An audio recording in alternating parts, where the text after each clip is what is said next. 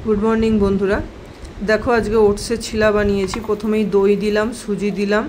और ये ओट्सटा आछे एटाके एकटू पीसे निलाम मिक्सिते दिए तार मध्य नून दिएছি पेঁয়াজ दिएছি लंका कुचि कुचि करे दिएছি